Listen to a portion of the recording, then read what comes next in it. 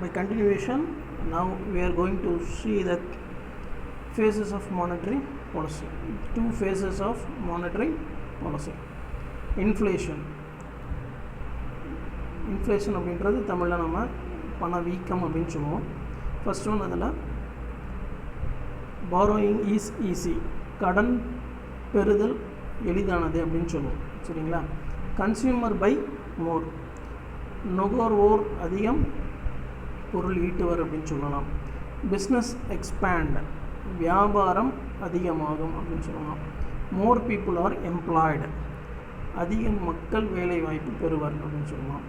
People spend more, மக்கள் அதிகம் செலவு செய்வர் அப்படின்னு சொல்லலாம். சரிங்களா? ஸோ இந்த பணவீக்கம் அந்த மாதிரி ஒரு கான்செப்டில் இதெல்லாம் நடக்கும்.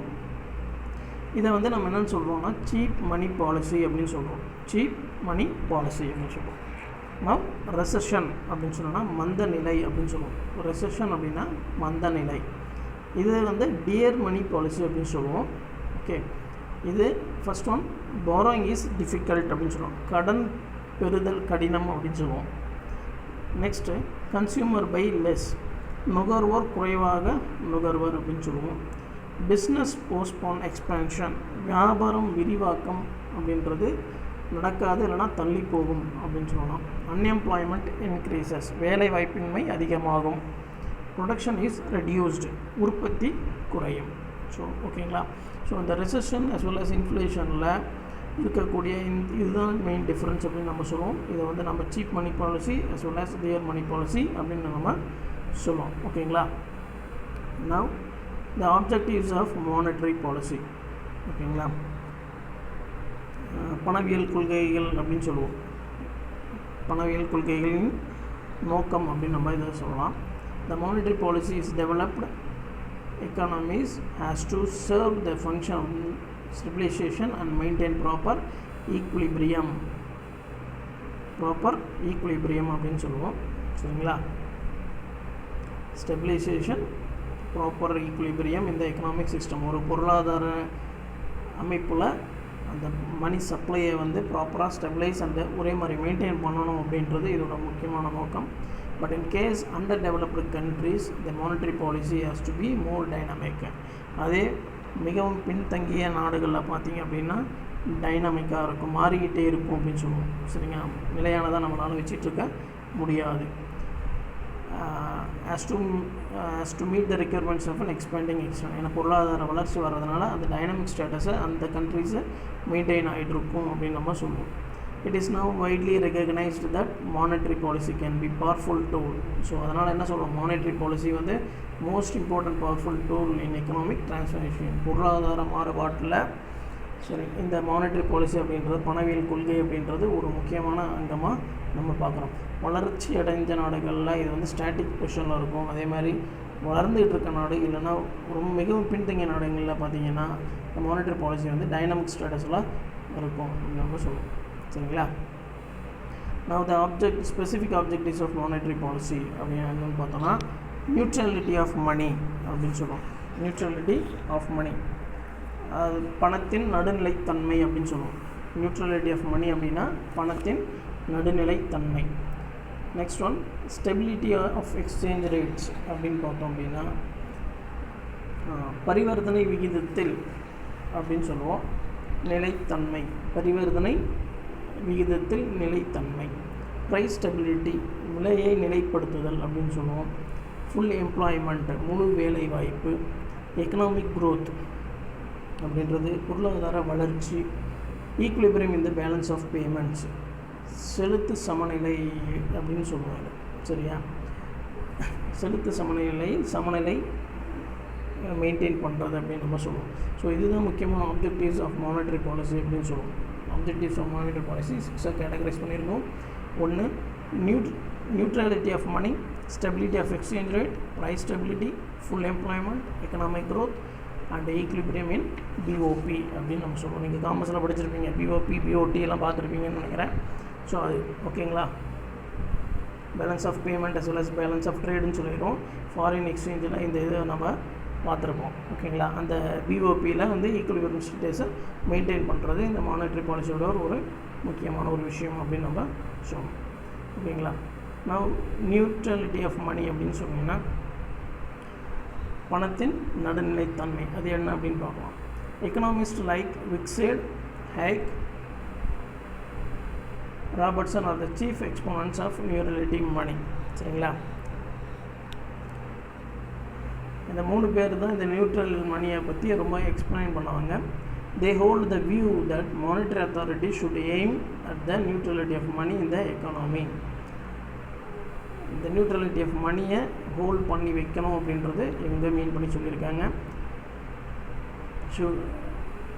Monetary changes could be the root cause of all economic fluctuations. இந்த மானிட்டரி பணவியல் மாறுபாடுகள் அதுதான் முக்கியமான ஒரு காரணமாக பொருளாதார ஏற்றத்தாழ்வுகளுக்கு முக்கியமான காரணம் அப்படின்னு சொல்லுவோம். சரிங்களா, according to neutralists the monetary changes causes distortion and disturbance in the proper operation of economic system. Okay,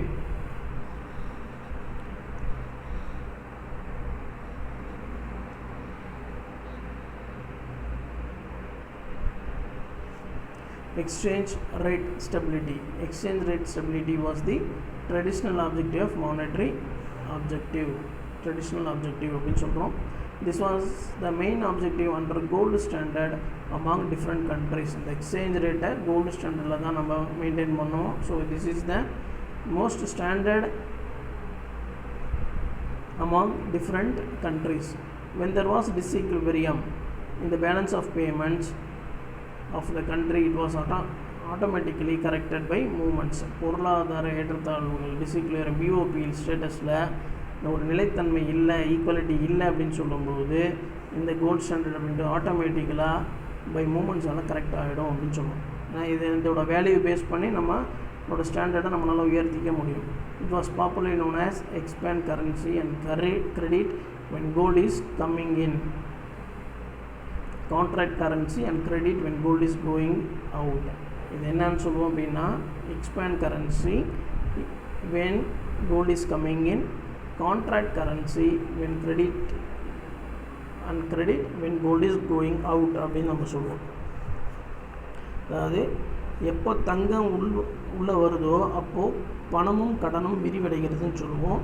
அதே நேரத்தில் எப்போ தங்கம் வெளியே போகுதோ அப்போது பணமும் கடனும் சுருங்குது அப்படின்னு சொல்லுவோம். சரிங்களா, இதெல்லாமே கோல்டு ஸ்டாண்டர்ட் வச்சு நம்ம பார்க்குறோம். This system will correct the disequilibrium in balance of payments and exchange rate stability. இந்த சிஸ்டம் இந்த பேலன்ஸ் ஆஃப் பேமெண்ட்டோட டிஸ்இக்லிபிரியமை ஸ்டெபிலைஸ் பண்ணணும் அப்படின்னு நம்ம சொல்கிறோம். It must be noted that if there is instability in exchange rate, exchange ரேட்டில் இன்ஸ்டெபிலிட்டியாக இருந்ததுன்னா it will result in outflow or inflow of gold resulting in unfavourable balance of payments.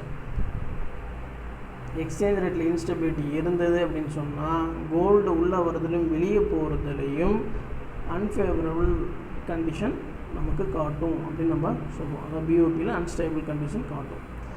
இப்போது ப்ரைஸ் ஸ்டெபிலிட்டி அப்படின்னு பார்த்தீங்கன்னா விலை நிலைத்தன்மை அப்படின்னு சொல்லுவோம். Economics like Christer, Cassel and Keynes suggested price stabilization as a main objective of monetary policy. இவங்க 2 பேர் தான் price stabilization ஒரு main objective of monetary policy-யாக சொல்கிறாங்க. Price stability is considered as the most genuine objective of monetary policy. Stable prices repose public confidence. ஒரு நிலையான price இருக்குது அப்படின்னு சொன்னால் அது மக்கள்கிட்ட ஒரு வரவேற்பை பெறும் அப்படின்னு நம்ம சொல்லுவோம். It promotes business activity and ensures equitable distance of income and wealth. இந்த ப்ரைஸ் ஸ்டெபிலிட்டி என்ன பண்ணும் அப்படின்னு பார்த்தீங்க அப்படின்னா பிஸ்னஸ் ஆக்டிவிட்டி அதிகப்படுத்தும், அதே நேரத்தில் டிஸ்ட்ரிபியூஷன் ஆஃப் இன்கம் அண்ட் வெல்த்தை ஈக்குவலபிளாக மெயின்டைன் பண்ணணும் அப்படின்னு சொல்லுவோம். சரிங்களா, as a consequence there is general wave of prosperity and welfare in the community. But it is admitted that price stability does not mean price rigidity or price stagnation. But இதை நம்ம என்னன்னு சொல்கிறோம், price stability இது மாதிரி இருக்குது அப்படின்னு சொன்னோன்னா இதை நம்ம வேறு மாதிரியும் சொல்ல முடியும். என்னன்னு பார்த்தீங்க அப்படின்னா ப்ரைஸ் ரிஜிடிட்டி, நிலைத்தன்மை அப்படின்றது விலை மாறாமல் நிலையாக இருப்பது அப்படின்னு சொல்லுவோம். அல்லது விலை தேக்கமடை, ஸ்டாக்னேஷன் அப்படின்னா விலை தேக்கமடைகிறது அப்படின்றது கிடையாது. சரிங்களா. A mild increase in the price level provides a tonic for economic growth. ஒரு இன்க்ரீஸ் ப்ரைஸ் லெவல் இன்க்ரீஸ் ஆச்சுன்னா அது எக்கனாமிக் க்ரோத்துக்கு ரொம்ப உதவியாக இருக்கும். It keeps all virtues as a stable price அப்படின்னு சொல்லுவோம். ஓகேங்களா. ஒரு மிதமான விலையேற்றம் என்பது கிட்டத்தட்ட நிலையான விலையின் பெரும்பாலான பண்புகளை கொண்டிருக்கும் அப்படின்னு நம்ம சொல்லுவோம். சரியா. நெக்ஸ்ட்டு ஃபுல் எம்ப்ளாய்மெண்ட், முழு வேலை வாய்ப்பு அப்படின்னு சொல்கிறோம். During world depression the problem of unemployment had increased. Depression டைமில் the problem of unemployed has increased rapidly. It was regarded as socially dangerous. Unemployment irundha socially dangerous, economically wasteful and moral deplorable. Economic பொருளாதார டிப்ரெஷனில் அந்த மாதிரி இருந்தது. இப்போ இன்றைக்கி current சுச்சுவேஷனில் due to கொரோனாவே இந்த மாதிரி ஒரு சுச்சுவேஷனை நம்ம ஃபேஸ் பண்ணிகிட்ருக்கோம். அன்எம்ப்ளாய்மெண்ட் அப்படின்றது ரொம்ப அதிகமாக இப்போ இருக்குது.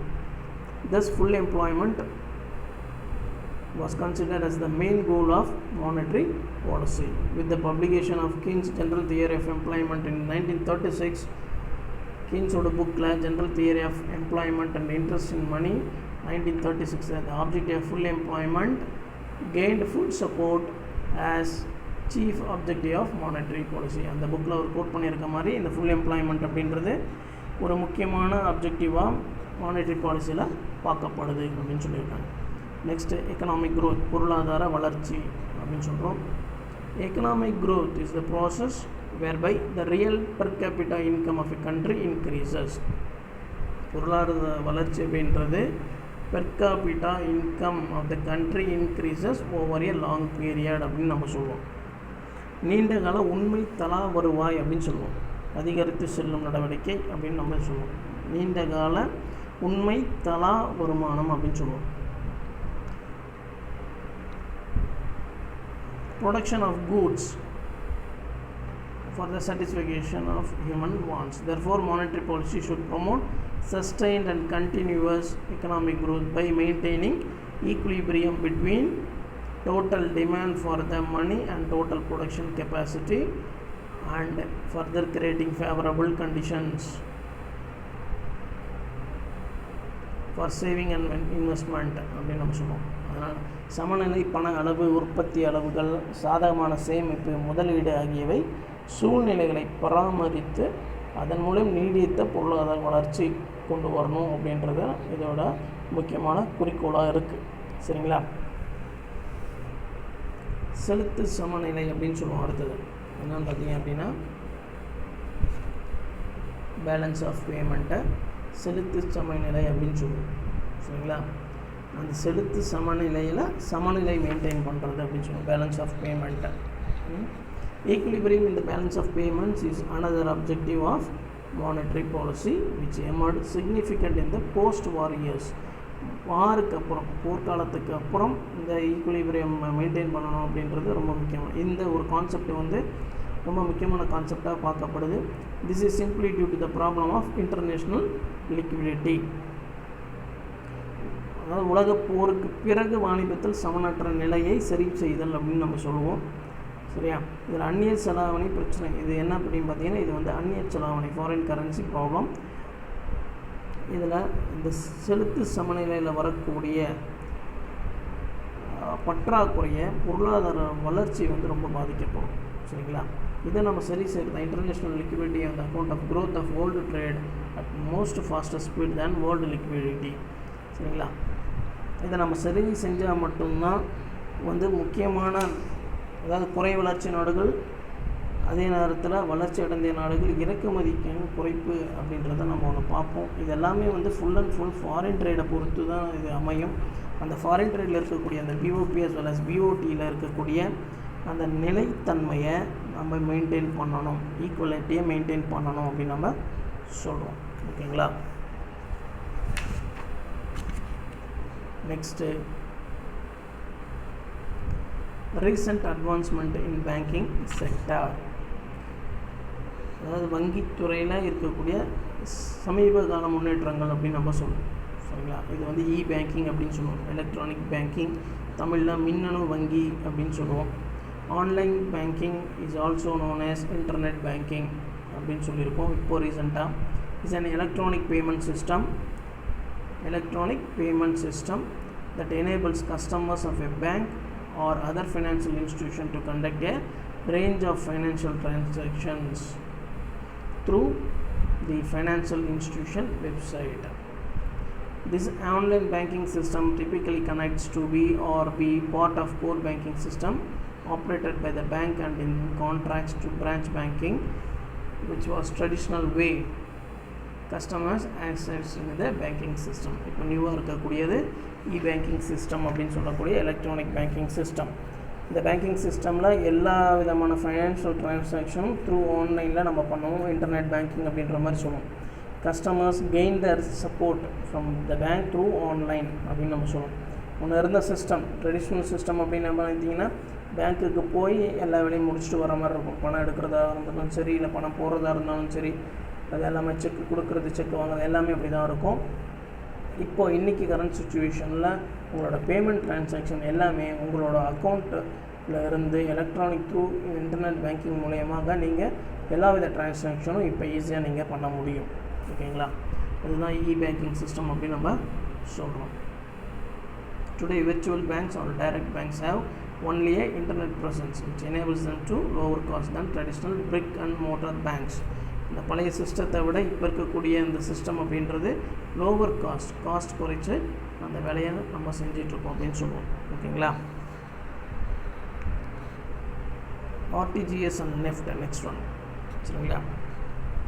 Internet bank transfers enables electronic transfer of funds from the account of the remitter in the one bank to account of beneficiary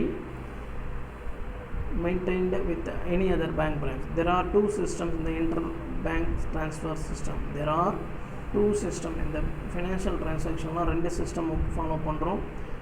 சரிங்களா? அது ஒன்று RTGS அண்ட் இன்னொன்று NEFT அப்படின்னு சொல்கிறது. சரிங்களா? both the system are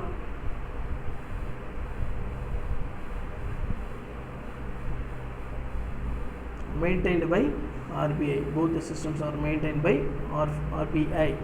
இதில் RTGS அப்படின்னு சொல்கிறது ரியல் டைம் கிராஸ் செட்டில்மெண்ட் அப்படின்னு சொல்லுவோம். Real time gross settlement. And NEFT அப்படின்றது நெட் எனேபிள்டு ஃபண்ட் ட்ரான்ஸ்ஃபர் அப்படின்னு சொல்லுவோம். சரிங்களா?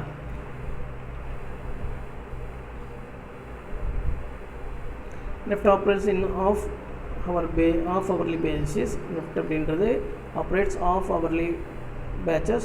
Currently there are 23 settlements. 23 transactions ஒரு நாளைக்கு நடக்குது from 8 AM to 7 PM. சரிங்களா? on all working days including working Saturdays. on all working days, Saturdays உட்பட. Therefore the beneficiary can expect to get the credit for transaction put through between 8 AM to 5:30 PM. இந்த time பிட்வீனில் இவங்க இந்த டிரான்சாக்ஷனை NEFT மூலயமாக பண்ணிக்கலாம். For transaction settle 6:30 to 7 PM batches on all working days including working Saturdays. இந்த டைமிங்ஸை பொறுத்து இவங்க இந்த டிரான்சாக்ஷன்ஸை இவங்க எடுத்துக்கலாம். சரிங்களா? நெட் எனேபிள்டு அப்படின்னு சொன்னாங்க சில இடத்துல, இல்லைன்னா நேஷ்னல் எலக்ட்ரானிக் ஃபண்ட் ட்ரான்ஸ்ஃபர் அப்படின்னு சொல்லுவோம். சரிங்களா? நெஃப்ட் அப்படின்றது national electronic fund transfer. RTGS அப்படின்னு சொல்கிறது real time gross settlement. Transactions happen in batches hence slow. Transaction batch வைஸாக நடக்கும், அது ஸ்லோவாக இருக்கும். Transaction happens in real time hence fast. இப்போ கரண்ட் டைம்லேயே நடக்கும். இப்போ 10 மணிக்கு நீங்கள் அமௌண்ட் ட்ரான்ஸ்ஃபர் பண்ணீங்க, உடனே அது நடக்கும். சரிங்களா? ஆனால் இங்கே நெஃப்ட்டில் போனீங்கன்னா பேட்ச் வைஸில் தான் நடக்கும். Timings 8 AM to 6 PM, 12:30 PM on Saturday. லெஃப்ட்டில் timings 9 to 4:30 PM up to 1:30 PM on Saturday. RTGSல இங்கே நோ மினிமம் லிமிட். லெஃப்ட்டில் மினிமம் லிமிட் அப்படின்றது எதுவும் கிடையாது. இங்கே minimum amount for RTGS transfer is 2 lakhs. 2 லட்ச ரூபா இருந்தால் தான் நீங்கள் RTGS பண்ண முடியும். 2 லட்ச ரூபாய்க்கு மேலே அப்படின்ட்டு மினிமம் 2 லட்ச ரூபா நீங்கள் பண்ணணும். ஆனால் இங்கே வந்து நெஃப்ட்டில் பொறுத்த வரைக்கும் எந்த ஒரு மினிமம் அமௌண்ட்டும் இங்கே கிடையாது. ஓகேங்களா? Next ATM automated teller machine. அது எனி டைம் மணி அப்படின்னு நம்ம சொல்லிட்டு இருக்கோம். பட் ஆக்சுவலாக வந்து ஆட்டோமேட்டட் டெல்லர் மிஷின் அதோட full. ATM transformed the bank tech system when they was first introduced in 1967. 1967 தான் ஏடிஎம் அப்படின்றது ஃபஸ்ட்டு இன்ட்ரடியூஸ் ஆச்சு.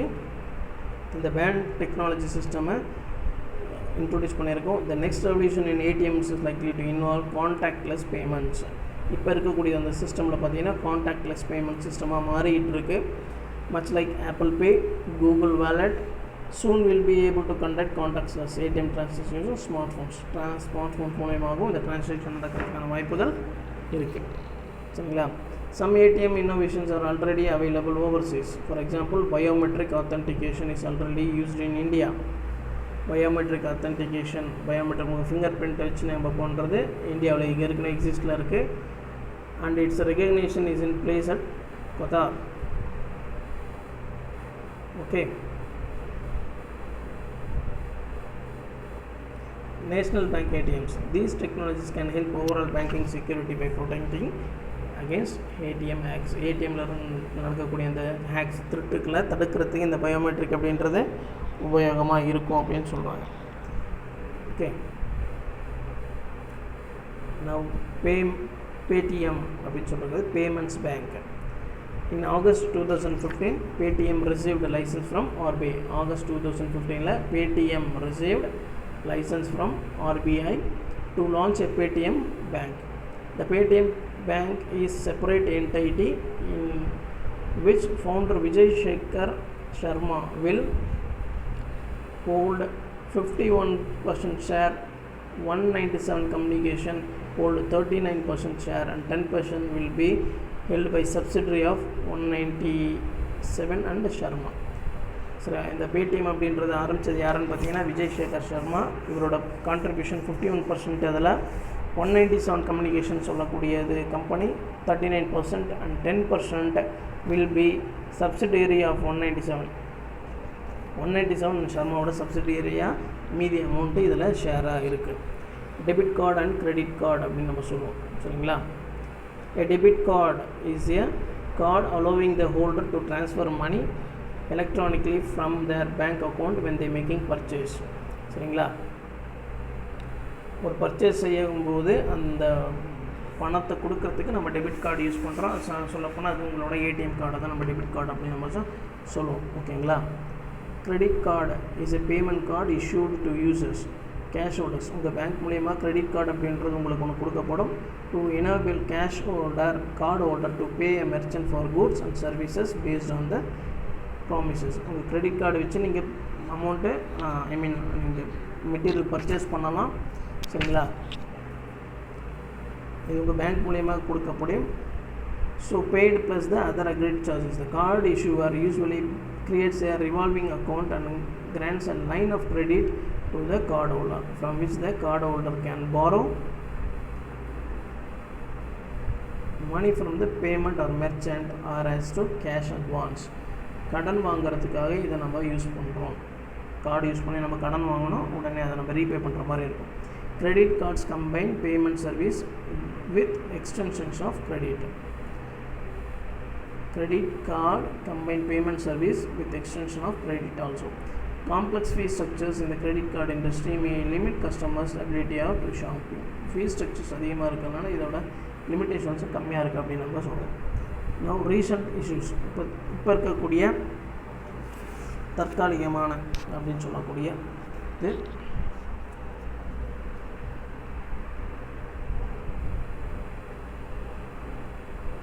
once the borrower fails to make interest or principal amount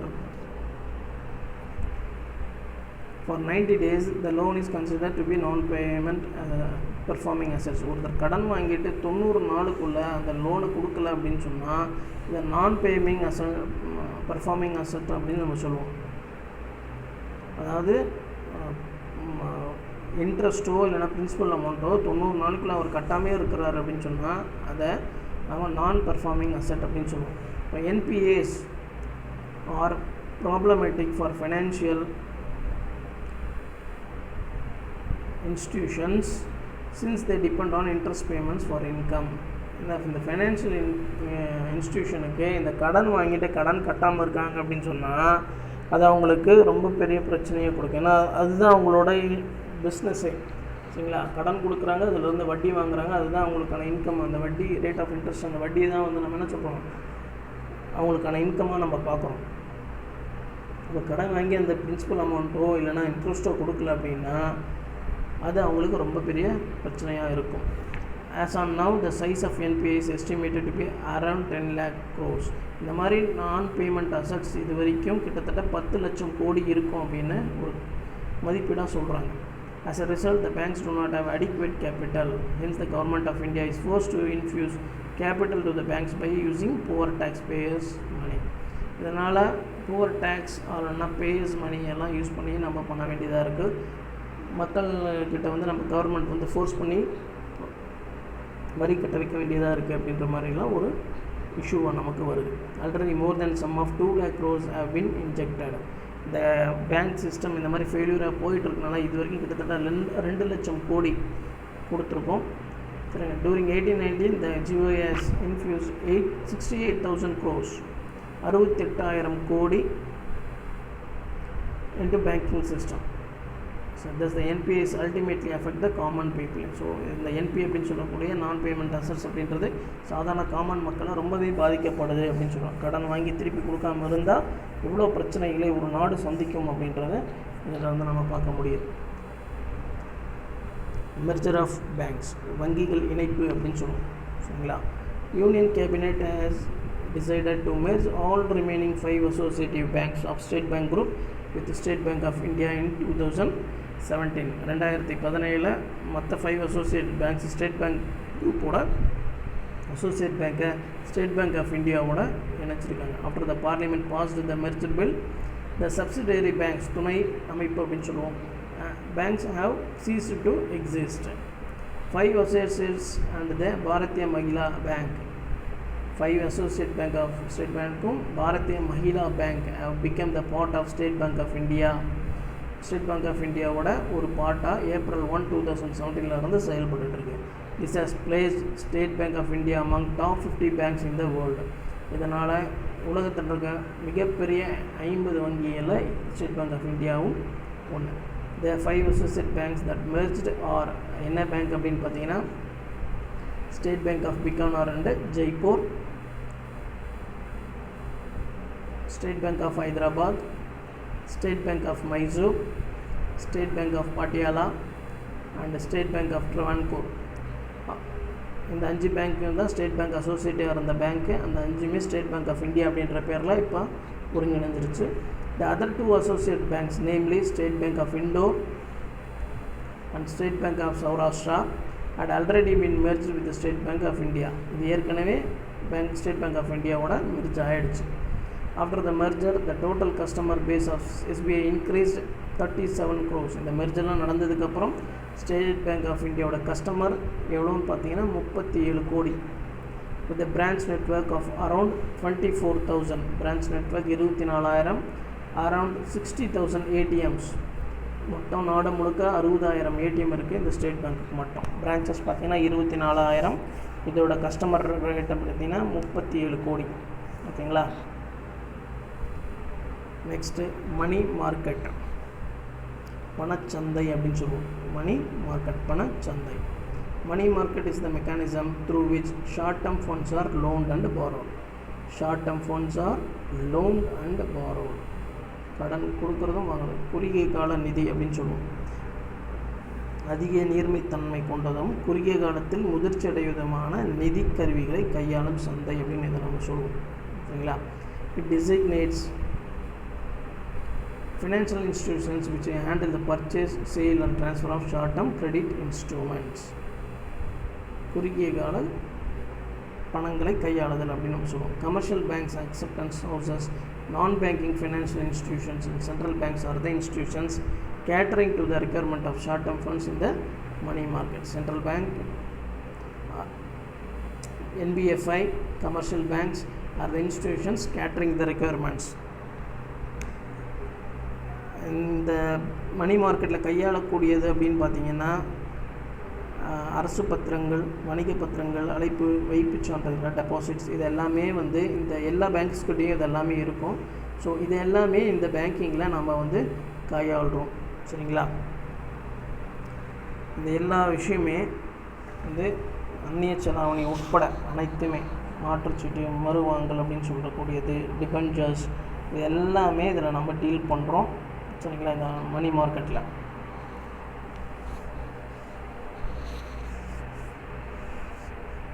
இது எல்லாமே ஒரு ஷார்ட் டேர்மாக நம்ம பார்த்து இதில் கையாளுறோம் மணி மார்க்கெட்டில். ஓகேங்களா? கேபிட்டல் மார்க்கெட் அப்படின்னு சொல்லக்கூடிய மூலதன சந்தை அப்படின்னு சொல்லுவோம். Capital market is a part of financial system which is concerned with raising capital.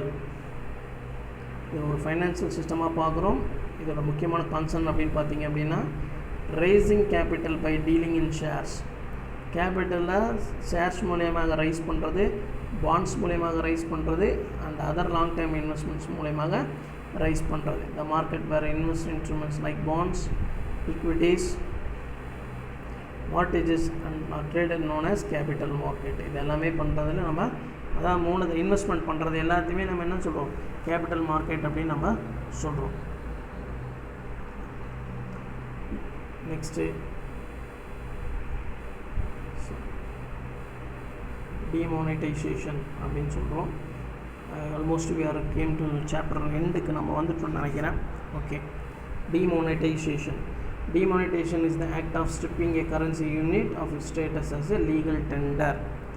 அதாவது பண மதிப்பு நீக்கம் என்பது அரசின் சட்டப்பூர்வ பணத்தொகுப்பிலிருந்து குறிப்பிட்ட அளவிலான ஒரு பணத்தை நீக்குவது அப்படின்னு சொல்லுது. சரிங்களா? Demonetization act of stripping a currency unit and of its status. அந்த பணத்தோட மதிப்பை சட்டப்பூர்வமாக நிறுத்துறது அப்படின்னு நம்ம சொல்லுவோம். It occurs whenever there is a change in national currency. எப்பெல்லாம் நம்ம பணத்தை மாற்றணும்னு நினைக்கிறோம் அப்படின்ற மாதிரி ஒரு சுச்சுவேஷன் வரும்போது இந்த ஒரு விஷயம் நடக்கும். The current form or forms of money is pulled from circulation. இப்போ நடைமுறையில் இருக்கக்கூடிய அந்த பணத்தை ரொட்டேஷனில் இருந்து நாட்டில் இருந்து ஒட்டுமொத்தமாக வெளியெடுக்கிறது, நிறுத்துறது அப்படின்றோம். Often to be replace with new coins or notes. அப்படி எடுத்துகிட்டு அதுக்கு பதிலாக புதிய விதமான மதிப்பு கொண்ட ரூபாய்களை நாட்டுக்குள்ளே பணப்புழக்கத்தில் விடுறது அப்படின்னு நம்ம சொல்லுவோம். இப்போ ரீசெண்டாக நடந்த டிமானிட்டைசேஷன் அப்படின்னு பார்த்தீங்க அப்படின்னா on 8th of November 2016 the Indian Prime Minister Narendra Modi announced the demonetization of all 500 and 1000 bank notes of the Mahatma Gandhi series. Mahatma Gandhi சீரீஸில் இருந்த 500 மற்றும் 1000 ரூபாய் நோட்டுகளை நவம்பர் 8, 2016 ஒட்டுமொத்தமாக நாட்டில் இருந்து சட்டப்பூர்வமாக நீக்கிறதா அறிவித்தார். சரிங்களா? However, more than 99% of those currency came back to RBI.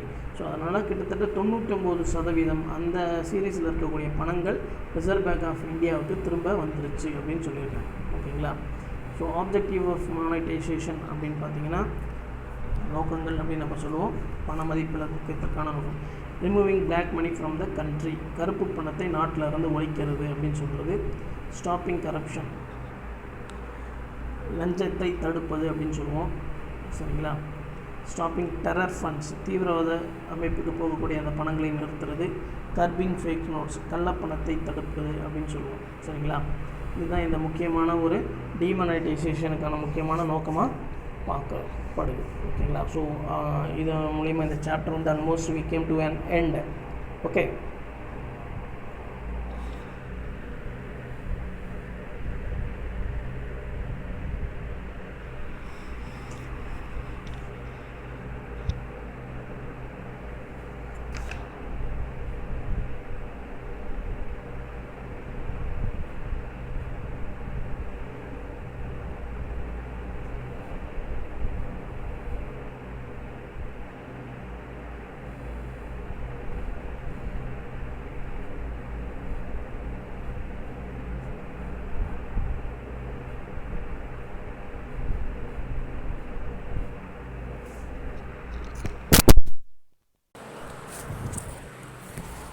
என்ன